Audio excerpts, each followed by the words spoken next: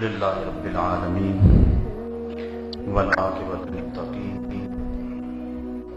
والصلاۃ والسلام علی سید الانبیاء والمرسلین قال اللہ تعالی وتبارک فی القرآن المجید والفرقان الحمید بسم اللہ الرحمن الرحیم الہاکم التکاثر حتی زرتم المقابر کلا سوف تعلمون ثم کلا سوف تعلمون کلا لو تعلمون علم الیقین لترون الجحیم ثم لترونها عین الیقین ثم لتسألن یومئذ عن النعیم صدق اللہ مولانا العظیم وصدق رسولہ النبی الکریم الرؤوف الرحیم اللہم نور قلوبنا بالقرآن وزین اخلاقنا بالقرآن وادخلنا الجنة بالقرآن ونجنا من النار بالقرآن قال اللہ تعالی وتبارک فی شان حبیبہ مخبرا وآمرا ان اللہ وملائکتہ یصلون علی النبی یا ایھا الذین آمنوا صلوا علیہ وسلموا تسلیما الصلاۃ والسلام علیک یا رسول اللہ وعلی آلک واصحابک یا محبوب رب العالمین۔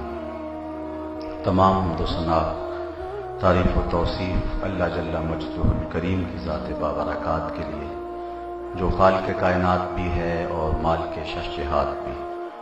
اللہ جل وعلا کی حمد و ثنا کے بعد حضور نبی اکرم شفیع امم رسول محتشم نبی مکرم صلی اللہ علیہ وآلہ وسلم کے حضور ناز میں اپنی عقیدتوں، ارادتوں اور محبتوں کا خراج پیش کرنے کے بعد معزز محترم محتشم سامعین سامعات، السلام علیکم ورحمۃ اللہ وبرکاتہ۔ آج میں اور آپ رمضان المبارک کے آخری جمعۃ المبارک کی حاضری کے لیے یہاں پہنچے ہیں۔ بارگاہ رب العزت میں بصمیم قلب دعا ہے کہ وہ ہماری حاضری کا ایک ایک لمحہ قبول فرمائے۔ نماز جمعۃ المبارک کی برکتیں ہمارے مقدر میں لکھ دے، دین کا فہم، نور اور روشنی عطا فرمائے۔ ماہ صیام رمضان المبارک کی برکتیں اللہ ہم سب کو عطا فرمائے۔ سورۃ التکاثر کی تلاوت کا شرف حاصل ہوا ہے اور میں چند لمحوں کے لیے کچھ باتیں اسی عنوان سے آپ کے سامنے رکھوں گا۔ اللہ تعالیٰ میری زبان پہ کلمۃ الحق جاری فرمائے۔ بنو سہم اور بنو عبد مناف، دو قبیلے آپس میں اس بات پر الجھ پڑے کہ ہم میں سے مال کس کے پاس زیادہ ہے، افراد کس کے پاس زیادہ ہے اور عزت کس کی زیادہ ہے۔ اس سلسلے کے اندر انہوں نے اپنے افراد کی کثرت، اولاد کی کثرت اور مال کی کثرت کو بیان کرنا شروع کیا، حتیٰ کہ جو لوگ فوت ہو گئے تھے ان کی قبروں کو بھی گنا، تاکہ ہم یہ ثابت کر سکیں کہ ہمارے قبیلے کے افراد دوسرے قبیلے کے افراد سے زیادہ ہیں۔ تو اللہ تعالیٰ جل شانہ نے سورۃ تکاثر نازل فرمائی۔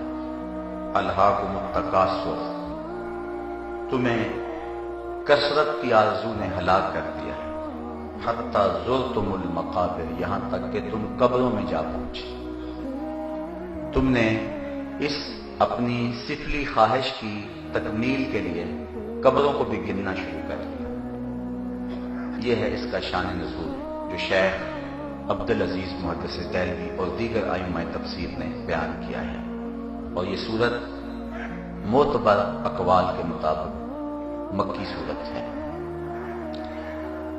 لیکن اس میں انسان کے عمومی رویے کو بیان کیا گیا ہے۔ عمومی رویہ کیا ہے کہ انسان اپنی ساری زندگی اس ادھیڑ بن میں گزار دیتا ہے کہ میرے پاس دولت ہو، مال ہو، شہرت ہو، بس اسی لیے وہ اپنی زندگی کو گزارتا ہے۔ ایک زمانہ تھا جس کی اولاد زیادہ ہوتی تھی، معاشرے میں اس کو معزز سمجھا جاتا تھا، تو عرب 100 شادیاں کیا کرتے تھے۔ اسلام نے حد بندی کی ہے 4 سے زیادہ شادیاں کوئی شخص نہیں کر سکتا ہے۔ تو وہ اس تفاخر کے لیے اور اپنی اولاد کی کثرت کے لیے اور لوگوں پر اپنا تفوق بیان کرنے کے لیے ایسا کرتے تھے۔ پھر جس دور سے ہم گزر رہے ہیں، اور اس سے قبل بھی کئی ایسے دور ہیں، بلکہ ہر دور میں دولت کی بنیاد پر معاشرے کے اندر عزتوں کا قد ناپا جاتا رہا ہے۔ جس کے پاس دولت زیادہ ہے وہ معزز ٹھہرتا ہے، اور جس کے پاس دولت نہیں ہے، چاہے اس کے پاس بے پناہ صلاحیتیں ہوں، معاشرے میں اسے کوئی نہیں پوچھتا۔ میرے عہد کے کسی شاعر نے کہا تھا کہ میری غربت نے اڑایا میرے فن کا مذاق، تیری دولت نے تیرے عیب چھپا رکھے۔ تو انسانوں کے اندر اولاد، افراد اور دولت پر ایک دوسرے سے احساس تفاخر پیدا ہوتا ہے۔ میرا گھر تیرے گھر سے بڑا ہے، میری گاڑی کا ماڈل تیری گاڑی کے ماڈل سے لیٹسٹ ہے، میرے پاس اتنی دولت ہے، میرے پاس اتنی جائیداد ہے۔ تو یہ چیزیں تفاخر کا باعث ہیں، اور ساری زندگی انسان اسی چکر میں رہ جاتا ہے۔ ساری زندگی کیا کیا پاپڑ نہیں بیلتا ہے اس حوالے سے۔ تو اللہ تعالیٰ نے انسان کی اس کجروی کی اصلاح کرتے ہوئے ارشاد فرمایا، الہاکم التکاثر، تمہیں کثرت مال کی طلب نے ہلاک کر دیا، حتی زرتم المقابر، یہاں تک کہ تم قبروں میں جا پہنچے۔ تمہاری زندگی کا اوڑھنا بچھونا مال کی کثرت کا طلب ہی بن گیا، اور تمہارا جینا مرنا یہی بن گیا کہ ہم دولت اکٹھی کیا ہوگا۔ زندگی کا اصل مقصد جو ہے وہ تمہاری نظروں سے اوجھل ہو گیا۔ حضرت عبداللہ ابن عباس رضی اللہ تعالیٰ عنہ فرماتے ہیں، لاحق سے مراد ہر وہ چیز ہے جو مقصد حقیقی سے انسان کی نظر کو ہٹا دے۔ دولت کو جمع کرنے کی یہ آرزو، یہ وہ لاحق کام ہے جس نے انسان کو اس کے اصل مقصد سے ہٹا دیا۔ انسان کا اصل مقصد کیا تھا؟ اللہ قرآن مجید میں فرماتا، ہم نے جنوں انس کو اس لیے پیدا کیا کہ وہ میری عبادت کریں۔ ہم نے یہاں آ کے اپنے رب کا قرب حاصل کرنا تھا، اگر وہ نہیں کیا تو کچھ بھی نہیں کیا۔ من کان فی ہذہ اعمی فہو فی الآخرۃ اعمی واضل سبیلا، جو اس دنیا میں اندھا رہا کل قیامت کے دن بھی اندھا اٹھایا جائے۔ اس سے مراد ان آنکھوں کی بے نوری نہیں ہے، دل کی بے نوری ہے۔ اسی لیے اقبال نے کہا تھا، دل بینا بھی کر قلب خدا سے، کہ آنکھ کا نور دل کا نور نہیں ہے۔ تو دل کا نور حاصل کرنا تھا ہم یہاں آ کر کے، لیکن ہم کس چکر میں پڑ گئے؟ ہم اپنی زندگی کی مقصدیت سے ناآشنا ہو گئے، اور ساری زندگی ہمیں ہوش ہی نہ آیا، اور ہمارا اس طرف دھیان ہی نہ ہوا کہ ہم پیدا کس لیے کیے گئے۔ مال مال ہر وقت یہی، وہ کیا اکبر آبادی نے کہا تھا، کیا بتائیں احباب کیا کار نمایاں کر گئے، BA کیا نوکر ہوئے پینشن ملی اور مر گئے۔ کیا زندگی اس لیے تھی؟ ہماری زندگی کی مقصدیت ہے، ہم نے اس کو سمجھنا ہے اور اس کی طرف ہم نے آنا ہے۔ زندگی یوں برباد نہ کر رہے ہیں۔ حضور علیہ السلام نے فرمایا، انسان کہتا ہے مالی مالی، میرا مال میرا مال، ہر وقت کو یہی پکارتا رہتا ہے، لیکن فرمایا کہ اس کا مال تو وہ ہے جو اس نے کھایا یا اس نے پہن کے پرانا کر دیا یا اللہ کی راہ میں خیرات کیا اور آخرت میں بھیج دیا۔ باقی جو اس نے چھوڑا وہ اس کا تو نہیں ہے، وہ تو اس کے وارثوں کا ہے۔ وہ تو کفن بھی میلا نہیں ہونے دیتے کہ حصے بانٹ لیتے ہیں، بلکہ وہ تو گھر سے چارپائی بھی نہیں دیتے تجھے، کہتے ہیں وہ بھی مسجد سے لاؤ۔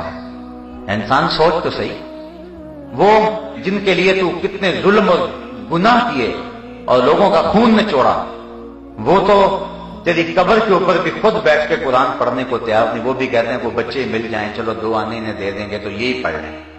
وہ تو خود بھی بیٹھنے کے لیے تیار نہیں ہے، وہ تو قرآن بھی مدرسوں سے مانگتے پھرتے ہیں کہ اتنے قرآن مجید تحفے میں دے دو، ہم نے اپنے ابو کو سالے ثواب کرنے ہیں۔ تم نہیں پڑھ سکتے اس کے لیے؟ ساری زندگی جو تمہارے لیے کماتا رہا، تم بیٹھو نا 40 دن اس کے لیے، بیٹھو نا 20 دن اس کے لیے، پڑھو اس کے لیے۔ وہ تو بعد میں تیرے کو غسل دینے کے لیے بھی تیار نہیں ہے، انہیں ڈر لگتا ہے تیرے سے، وہ تو تیری قمیض بھی پھاڑ کے اتارتے۔ میاں صاحب محمد بخش آر پہ کھڑی رومی کشمیر بولے کہ جاندی بری ڈرونا بنو تے ہاتھ نہ لاندے ڈر دے، جنہ لئی تو پاپ کمائے اج کتھے نہیں تیرے کر دے۔ جن کے لیے تو نے گناہ کیے، جن کے لیے تو نے ظلم کیے، جن کے لیے تو نے رشوت لی، اپنی آخرت کو کالا کر دیا، آج تو وہ تجھے غسل دینے کے روادار بھی نہیں ہے۔ انسان غور کر، انسان سوچ، الہاکم التکاثر، تجھے کثرت طلبی نے ہلاک کر دیا. تیری وہ بھیڑ کون، تیری زندگی کا مقصد، تیری شب و روز کا وظیفہ یہی ہے، مال مال. صبح اٹھا کاروبار پہ بھاگ گیا، شام کو آیا کاروبار چھوڑا، لیکن پھر بھی کاروبار جاری رہتا ہے. سوتا ہے تو خواب وہی دیکھتا ہے. میں یہ نہیں کہتا کاروبار نہ کرو، لیکن یہ ہے کہ یہ بات ذہن میں رکھو کہ تمہیں تمہارے کاروبار کی وجہ سے رزق نہیں ملتا، تمہارا رازق تمہارا اللہ ہے. کہیں رزق کی تلاش میں رازق کو نہ بھول جانا. جب بچہ شکم مادر میں 120 دن کا ہوتا ہے، اس کا رزق اللہ اس دن ہی لکھ دیتا ہے، وہ تو مل کے رہے گا. تمہاری زندگی کا جو وظیفہ ہے، جو تمہارا رب تم سے مطالبہ کرتا ہے، تم اس کی طرف آؤ نا. تمہارا رب تم سے کیا کہہ رہا ہے؟ تمہاری ہرس تو ساری زندگی پوری نہیں ہوگی. لاکھ پتی بنو گے تو سوچو گے کروڑ پتی بن جائے، کروڑ پتی ہو جاؤ گے تو سوچیں گے ارب پتی بن جائے، ارب پتی ہو جاؤ گے تو سوچو گے کھرب پتی بن جائے. بتاؤ کوئی جگہ ہے جہاں جو ہے وہ نشان لگا ہو کہ یہاں سے بندہ آگے نہیں جاتا؟ حضور فرمایا کہ اگر انسان کو ایک وادی دے دی جائے سونے کی بھری ہوئی، دو پہاڑوں کے درمیان جو جگہ ہوتی ہے اسے وادی کہتے ہیں، وہ سونے کی بھری ہوئی ایک شخص کو دے دی جائے، وہ آرزو کرے گا کہ میرے پاس ایسی ایک اور وادی ہو. اور کتاب الرقاق کے اندر امام بخاری نے ایک اور حدیث لکھی ہے، دو مل جائیں تو تیسری وادی کی آرزو کرے گا. یعنی اس کا پیٹ نہیں بھرتا، اس کی آنکھ نہیں بھرتی. اور حضرت شیخ صاحب فرماتے ہیں پیٹ تو بھر جاتا ہے، آنکھ نہیں بھرتی. اور رومی کہتے ہیں کوزائے چشم حریصاں پر نہ شد، تا صدف کانے نہ شد پر در نہ شد. حریص کی آنکھ کا پیالہ نہیں بھرتا جب تک وہ سیپ جو ہے وہ کنات اختیار نہیں کر لیتا تو اس میں موتی نہیں آتے.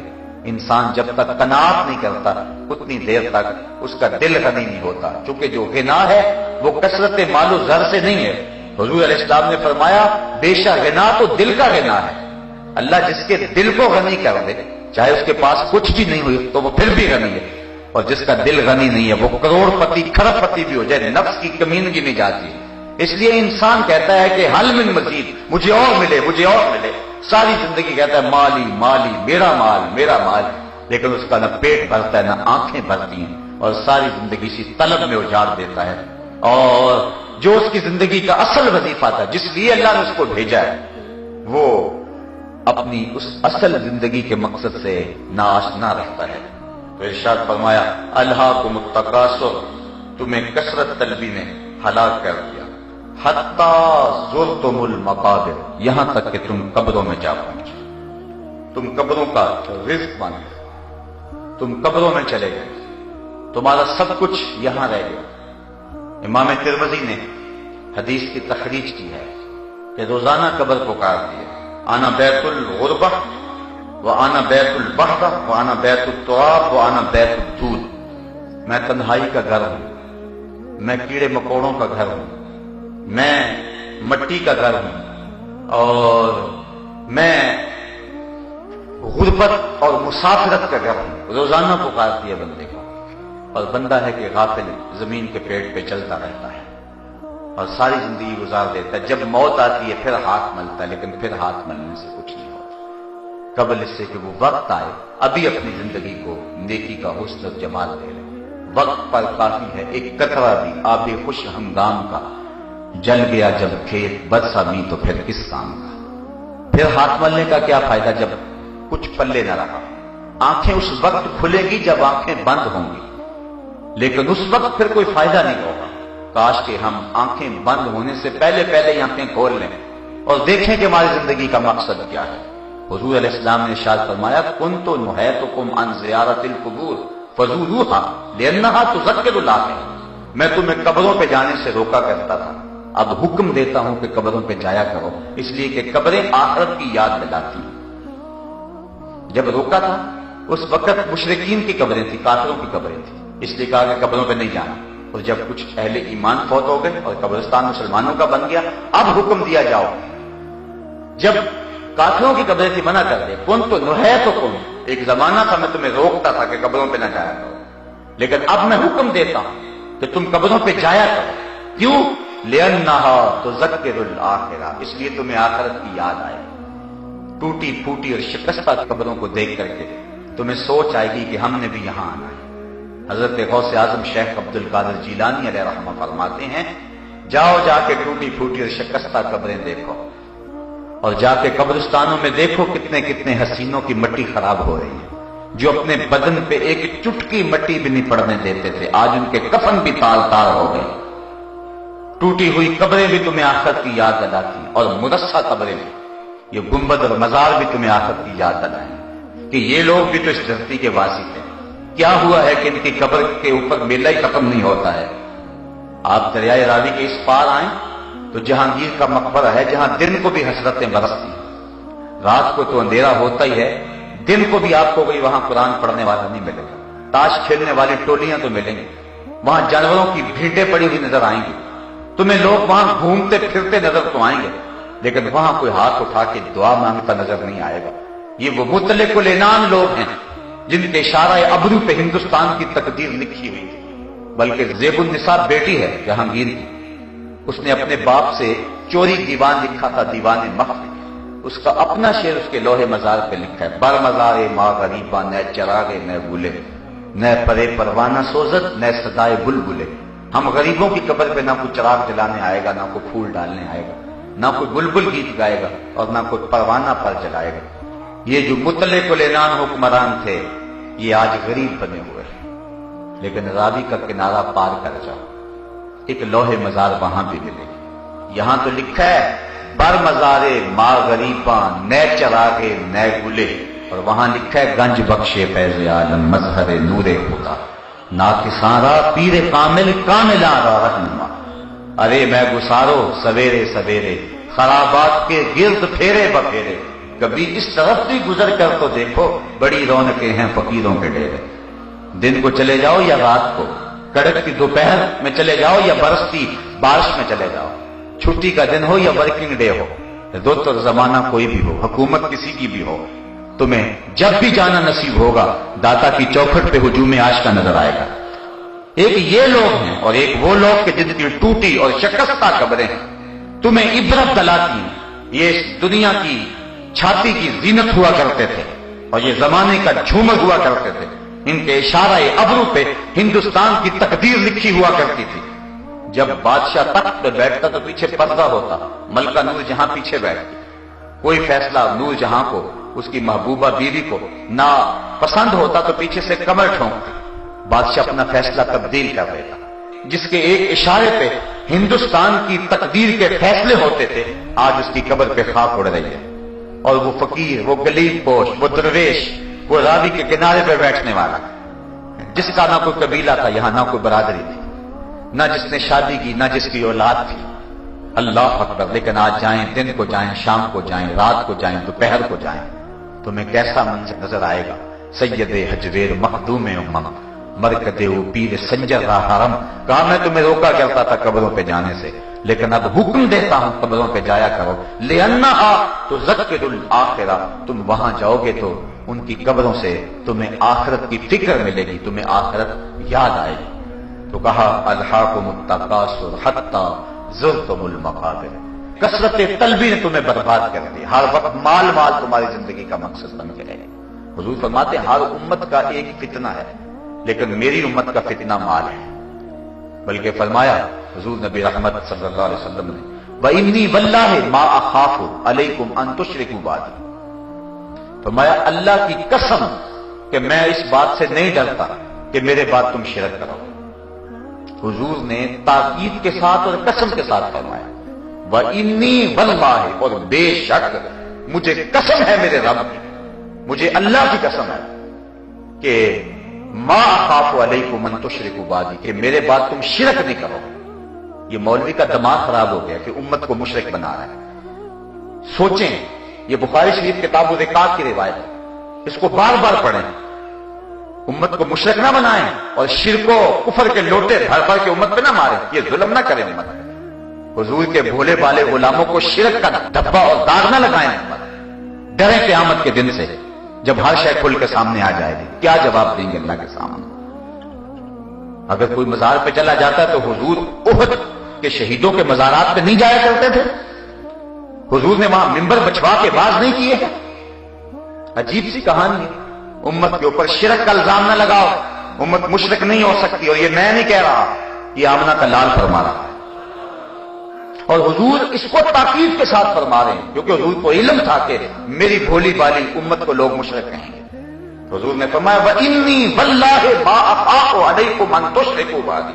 فرمایا مجھے قسم ہے اس رب کی، اللہ اکبر، مجھے قسم ہے اللہ کی، میرے بعد تم شرک نہیں کرو گے، مشرک نہیں ہوگے. حضرت موسیٰ علیہ السلام کوہ طور پہ گئے، 40 دن کا اعتکاف تھا. 40 دن ساری توجہ اللہ کی طرف لگائے رکھی اور امت سے توجہ ہٹا لی. 40 دن کے بعد جب واپس پلٹے تو امت بچڑے کو پوج رہی تھی، شرک میں مبتلا ہو گئی تھی. معلوم ہوا نبی کی توجہ امتی سے ہٹ جائے تو امتی حق پر قائم نہیں رہ سکتے. نبی کی توجہ ہٹی، وہ امت جنہوں نے فرعون کو ڈوبتے ہوئے دیکھا تھا، پانی میں آخری وقت ہاتھ جوڑتے ہوئے آمنت برب موسیٰ، میں موسیٰ کے رب پہ ایمان لاتا ہوں، اسے دیکھا تھا، لیکن وہ بچڑے کو پوجنے لگے. قوم کا ایک کثیر حصہ شرک میں مبتلا ہو گیا. نبی کی توجہ جب امتی سے ہٹ جائے تو امت پر حق پر قائم نہیں رہ سکتی. حضور فرمایا میرے بعد قسم ہے تم مشرک نہیں ہوگے. مطلب کیا؟ نہ میں توجہ ہٹاؤں گا نہ تم شرک میں مبتلا ہو. ہر وقت میری نگاہ کرم تمہارے اوپر پڑتی رہے گی اور میرا فیض تمہیں ملتا رہے گا، گنبد خضرا سے نور نکلتا رہے گا اور تمہارے من روشن ہوتے رہیں گے. تو کہا مجھے اس بات کا کوئی ڈر نہیں، اللہ کی قسم مجھے اس بات کا کوئی ڈر نہیں ہے کہ میرے بعد تم شرک کرو گے. وَلَٰكِنِّي أَخَافُ عَلَيْكُمْ أَن تَنَافَسُوا فِيهَا. ہاں یہ ڈر ہے مجھے کہ میرے بعد تم دنیا دار بن جاؤ. اور آج ہم دنیا دار بنے ہوئے ہیں، اٹھنا بیٹھنا چلنا پھرنا، ہم دین سے دور ہٹے ہوئے ہیں. آئیے اس سورت کا نور حاصل کیجیے اور اپنے من میں اجالے کیجیے. أَلْهَاكُمُ التَّكَاثُرُ حَتَّىٰ زُرْتُمُ الْمَقَابِرَ كَلَّا سَوْفَ تَعْلَمُونَ. کہا ان قریب تم جان جاؤ گے، ان قریب تمہیں پتہ چل جائے گا. آج آنکھیں نہیں کھلی تو کل ضرور کھلیں گی، جب آنکھیں بند ہوں گی تو پھر کھلیں گی آنکھیں. ثم کلا سوف تعلمون. کیوں نہیں؟ ہاں تم ضرور جان جاؤ. یہ دوہری تاکید ہے. پہلے تاکید فرمائی تم جان جاؤ گے، پھر کہا تم ضرور جانو گے، پھر فرمایا کلا لو تعلمون علم الیقین، تمہیں یقینی علم ہو جائے گا. یہ تیسری تاکید ہے. یہ اللہ تعالیٰ کی شفقت ہے کہ لوگوں کو ڈرا رہا ہے تاکہ وہ باز آ جائیں. بار بار ڈرایا جا رہا ہے. حضرت عبداللہ ابن عباس رضی اللہ تعالیٰ عنہ فرماتے ہیں کلا سوف تعلمون سے مراد قبر ہے، ثم کلا سوف تعلمون سے مراد جو ہے وہ آخرت ہے کہ تم قبر کو بھی جان جاؤ گے اور آخرت کو بھی جان جاؤ گے. حضرت زر بن حبیش رضی اللہ تعالیٰ عنہ فرماتے ہیں کہ ہمیں اس بات میں شک تھا کہ قبر کا عذاب ہوگا کہ نہیں، لیکن جب یہ آیت کریمہ اتری تو حضرت علی المرتضیٰ نے فرمایا کہ اس سے مراد قبر ہے، تو ہمیں یقین ہو گیا اور ہمارا شک جاتا رہا. تو فرمایا کلا سوف تعلمون، ان قریب تم جان جاؤ گے. آج تمہیں نہیں پتا ہے، تمہیں پتا چل جائے تو راتوں کی نیندیں اچاٹ ہو جائے. حضور فرمایا لو تعلمون ما اعلم لضحكتم قليلا ولبكيتم كثيرا. جو میں جانتا ہوں اگر تم جان جاتے تمہارے چہروں پہ مسکراہٹیں نہ ہوتی، تم روتے رہتے. بڑا سخت مرحلہ ہے جو آنے والا ہے. کلا سوف تعلمون، ان قریب تم جان جاؤ گے. ثم کلا سوف تعلمون، ہاں تم ان قریب جان جاؤ گے. کلا لو تعلمون علم الیقین، تمہیں یقینی علم آ جائے.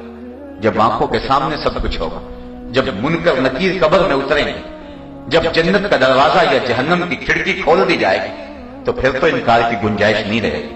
پھر جان جاؤ گے، پھر پچھتاؤ گے. کاش کوئی چیخ کے کہتا تھا اس کی آواز سن لیتے اور اپنی زندگی کو نیکی کا نور دے لیتے، لیکن پھر اس وقت کا پچھتانا سوائے حسرت کے بڑھانے کے اور کچھ نہیں ہوگا. اس لیے آج وقت، آج موقع ہے. اس دن تو جب نامہ اعمال کھلیں گے تو ایک ایک چیز لکھی سامنے آ جائے گی. بندہ کہے گا ما لہذا الکتاب لا یغادر صغیرۃ ولا کبیرۃ الا احصاها. ہائے اس کتاب کو کیا ہو گیا، اس نے چھوٹی بڑی ہر شے لکھ دی لیکن پھر ہاتھ ملنے سے کچھ نہیں ہوگا. آج موقع ہے، آج زندگی ہے. آج لے ان کی پناہ، آج مدد مانگ ان سے. کل قیامت کو نہ مانیں گے اگر مانیں گے. علماء لکھتے ہیں قیامت کے دن تو نیکوکار بھی پچھتائیں گے. بدکاروں کا پچھتانا تو سمجھ میں آتا ہے، نیکوکار کیوں پچھتائیں گے؟ جب اپنے اچھے اعمال کی جزا دیکھیں گے تو پچھتائیں گے. ہائے جو چند لمحے ضائع کر دیے وہ بھی کیوں برباد کر دیے، وہ بھی اللہ اس کے رسول کے راستے میں گزار دیے ہوتے. لیکن پھر پچھتانے سے کوئی فائدہ نہیں ہوگا. آج ہم موقع ہے اپنی زندگی کو حسن دے لیں. لَتَرَوُنَّ الْجَحِيمَ، تم ضرور ضرور جہنم کو دیکھ کے رہو گے. ایک وقت آئے گا کہ تم جہنم کو دیکھ، کافر بھی دیکھے گا، مومن بھی دیکھے گا. کافر دیکھے گا کہ اس میں رہے گا، اور مومن پل صراط سے ضرور گزرے گا. کوئی بجلی کی تیزی کی طرح گزر جائیں گے، کوئی گھوڑے کی رفتار کی طرح، کوئی دوڑنے والے شخص کی طرح، کوئی پیدل شخص کی طرح. تو جہنم کو ایک بار سب نے دیکھنا ہے. بلکہ ایک حدیث میں آتا ہے جس کو بھی اللہ جنت میں بھیجے گا اس کو جہنم ضرور دکھائے گا تاکہ اسے پتا چلے جنت کی قدر کیا ہے. اور جس کو جہنم میں بھیجے گا ایک بار جنت کا نظارہ ضرور دکھائے گا تاکہ وہ دیکھ لے کہ اگر میں نیکی کی راہوں پہ چلتا تو یہ باغ میرے لیے ہوتے. اور پھر اس کی حسرت اور عذاب بڑھ جائے گا اس کے دیکھنے سے. تو کہا ثم لترون الجحیم، تم ضرور ضرور جہنم دیکھو گے. ثم لترونها عین الیقین، اس کو یقینی آنکھ سے دیکھو گے. یہ نہیں ہے تمہیں یقین ہو جائے گا واقعہ جو ہمارا رب ہمیں کہتا تھا وہ سب کچھ موجود ہے. تو قبل اس سے کہ وقت آئے، وہ لمحے آئے، تو اپنی زندگی کو اچھائی کا حسن دے لیں. ثم لتسألن یومئذ عن النعیم، اس دن ایک ایک نعمت کے بارے میں تم سے سوال کیا جائے گا. وہ کون کون سی نعمتیں ہیں؟ اللہ اکبر. اللہ تعالیٰ فرمائے گا میں تیرے جسم کو صحت نہیں دی تھی اور تجھے ٹھنڈا پانی نہیں دیا تھا. نبی رحمت صلی اللہ علیہ وسلم سے پوچھا گیا حضور نعمتیں کیا ہیں؟ تو فرمایا آپ کے مکانوں کے سائے ہیں. یہ جو سائبان تنا ہوا ہے، اس سائبان کا سایہ جو ہے ٹھنڈے سائے ہیں، گھنے سائے ہیں، درختوں کے سائے ہیں، اور ٹھنڈے اور تازہ پانی ہے. اور بعض نے کہا کہ نعمت سے مراد جو اللہ تعالیٰ عطا فرمائے گا، جو جس کے بارے میں سوال کیا جائے گا وہ کیا ہے؟ کہ نعمت سے مراد اللہ تعالیٰ نے انسان کو جو اعضاء دیے گئے ان کی نعمت کے بارے میں سوال ہوگا. آنکھ کے بارے میں سوال ہوگا. تیری آنکھ میں بجلیاں بھری تھی تو نے اس کو غلط راہ پہ استعمال کیوں کیا؟ تیرے کانوں میں ہم نے نغمے رکھ دیے تھے، کتنی شنوائی کی طاقتیں رکھی. ہم نے تیرے پاؤں میں چلنا رکھا تھا، تیرے ہاتھوں کو پکڑنا دیا تھا، تیری زبان کو بولنا دیا تھا. نعمتوں کے بارے میں سوال. ہمیں قدر نہیں ہے نعمتوں کی. یہ بظاہر جو ہماری نعمتیں اللہ تعالیٰ نے ہمیں دی گئی ہیں، اگر ایک نعمت چھن جائے، یہ تو کسی نابینے سے پوچھو نا کہ آنکھیں کیا ہوتی ہیں، کسی بہرے سے پوچھیں کہ کان کیا ہوتے ہیں. ہمیں نہیں پتا ان نعمتوں. ایک دنیا کا امیر ترین شخص ہوا ہے اوناسس، یونان کے اندر جہازوں کا اس کا کام تھا. دنیا کے امیر ترین جو 10-12 لوگ ہیں ان میں اس کا نام بڑا نمایاں ہے. اس کو ایک بیماری لگ گئی. کیا بیماری لگی؟ کہ اس کی آنکھوں کے یہ جو کپوٹے ہیں ان کے پٹھے کام کرنا چھوڑ گئے، اور اب اس کی آنکھ اپنی مرضی سے کھل نہیں سکتی تھی. جب اس نے آنکھ کھولنی ہوتی ڈاکٹر سلوشن ٹیپ لگا دیتا اور وہ آنکھ کھولتا، اور جب آنکھ بند کرنی ہوتی تو وہ اتارتا تو آنکھ بند ہو جاتی. ہمیں پتہ ہی نہیں ہے کہ یہ کتنی بڑی نعمت اللہ نے لگائی. ایٹومیٹک سسٹم لگایا ہوا، ادھر سے تنکا اڑا ادھر سے آنکھ بند ہو گئی. یہ اللہ تعالیٰ نے ایک سسٹم ہمیں دیا ہوا، ہمیں پتہ ہی اس کی قدر کا علم ہی نہیں. کتنی بڑی دولت ہے. کسی نے اوناسس سے پوچھا کہ زندگی کی سب سے بڑی آرزو کیا ہے؟ اس نے کہا کاش اپنی آنکھیں اپنی مرضی سے کھول سکوں. کہا اس کے لیے کوئی دولت لگانی پڑے تو کتنی لگائے گا؟ کہا ساری دولت جھونک دوں گا، کاش کہ اپنی مرضی سے اپنی آنکھیں تو کھول سکوں. تو ہمیں پتہ ہی نہیں ہے. ہمارے ایک دوست ہیں، ان کے منہ میں جو لعاب آتا ہے اس کی مقدار کم آتی ہے. اللہ تعالیٰ نے یہ بھی ایک نعمت رکھی ہے. بنیادی طور پہ وہ ٹیچر ہے. لعاب کے کم آنے کی وجہ سے بولنا مشکل ہے، اور اس کا اثر یہ پڑا نظام انہضام میں خرابی، کیونکہ یہ قدرتی ایک چیز ہے جو نظام انہضام میں مدد دیتی. اور تیسرا آنکھوں کی بینائی. ایک آنکھ کی بینائی تو بالکل ختم ہونے کے قریب اور دوسری بھی متاثر ہے. اب ہم سمجھتے نہیں یہ کتنی بڑی دولت ہے. ہم کہتے ہیں یہ بار بار تھوک آ رہا ہے، لیکن یہ دولت ہے، اللہ نے ہمیں عطا کیا. آنکھوں کے پپوٹے دولت ہیں.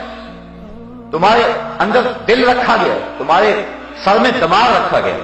ماہرین کہتے ہیں اگر ایک انسانی دماغ کا کمپیوٹر تیار کیا جائے تو نیو یارک شہر سے بڑا ایک شخص کے دماغ کا کمپیوٹر بنے. اتنی بڑی دولت ایک انسان کو دیا، چاہے وہ بکریاں چرا رہا ہے، اس کو بھی یہ دولت دی. کبھی انسان نے سوچا کتنا کرم کیا اس نے. ثم لتسألن یومئذ عن النعیم. اللہ ایک ایک نعمت کے بارے میں قیامت کے دن تم سے سوال کرے گا. ایک ایک نعمت کے بارے میں پوچھا جائے گا. وہ نعمت کیا ہے؟ بعض نے کہا عزائے بدنی ہے، بعض نے کہا گھنے سائے ہیں، بعض نے کہا ٹھنڈا پانی ہے، بعض نے کہا یہ پھل ہیں جن سے درختوں کی شاخیں لدی ہوئی ہیں، بعض نے کہا کہ اس سے سمع اور بصر مراد ہیں، آنکھوں اور کانوں کی طاقتیں مراد ہیں، بعض نے کہا کہ ان نعمتوں سے مراد تخفیف شریعت ہے، اللہ تعالیٰ نے شریعت کو جو آسان بنایا ہوا ہے وہ ہے، یعنی شریعت پہ عمل کرنا ہمارے اوپر مشکل نہیں ہے۔ فیشن کے طور پہ ہم کہتے رہے کہ دین پہ چلنا بڑا مشکل ہے تو یہ الگ بات ہے، آج کل فیشن بنا ہوا ہے نا، ہر شخص کہتا ہے جی دین پہ چلنا بڑا مشکل ہے۔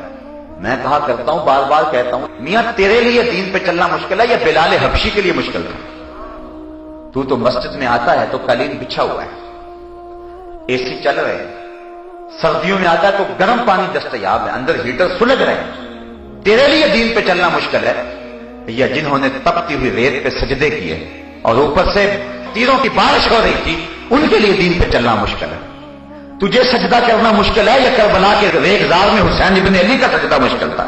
انہوں نے تو نہیں کہا تھا کہ دین پہ چلنا مشکل ہے، وہ تو سجدے میں سر جھکا اور ہاتھ اٹھا کر اللہم رضن بے قضائکا، اللہم رضن بے قضائکا وصبرن علی بلائکا سبحان ربی الاعلی، اے اللہ تیری تقدیر پہ راضی ہو گیا، جو دکھ آئے قبول کیے، میرے مالک حسین تیرے پہ راضی ہے، تو بھی بتا تو بھی حسین پہ راضی ہے کہ نہیں؟